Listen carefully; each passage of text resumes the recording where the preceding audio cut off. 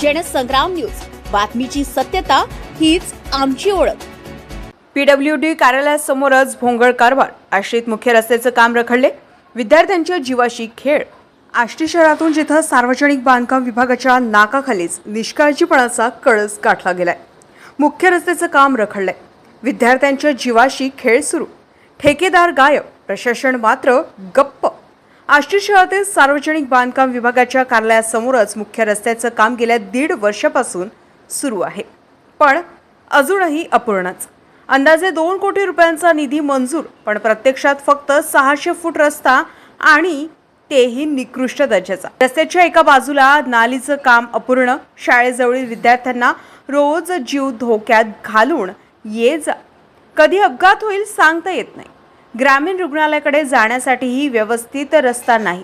दुसऱ्या टोकाला रस्ता बंद न केल्यानं अपघाताची मालिका सुरू. सर्वात मोठी बाब म्हणजे हे सगळं घडतंय थेट सार्वजनिक बांधकाम विभागाच्या कार्यालयासमोर, आणि तरीही अधिकारी डोळेझाक करत असल्याचा आरोप. सामाजिक कार्यकर्ते आणि पालक आनंद सव्वालाखे यांनी संताप व्यक्त करत म्हटलंय, विद्यार्थ्यांचे अपघात होत आहे, वाहन चालकांना सर्कस करावी लागते. ही परिस्थिती लाजिरवाणी आहे. दरम्यान संबंधित अभियंता भूषण नासरे यांनी मुदत संपली असून काम धिम्म सुरू आहे. ठेकेदारावर कारवाई सुरू असल्याचं सांगितलंय, पण प्रश्न अजूनही काय? विद्यार्थ्यांच्या जीवाशी खेळ थांबणार कधी? आणि या निष्काळजीपणाला जबाबदार कोण?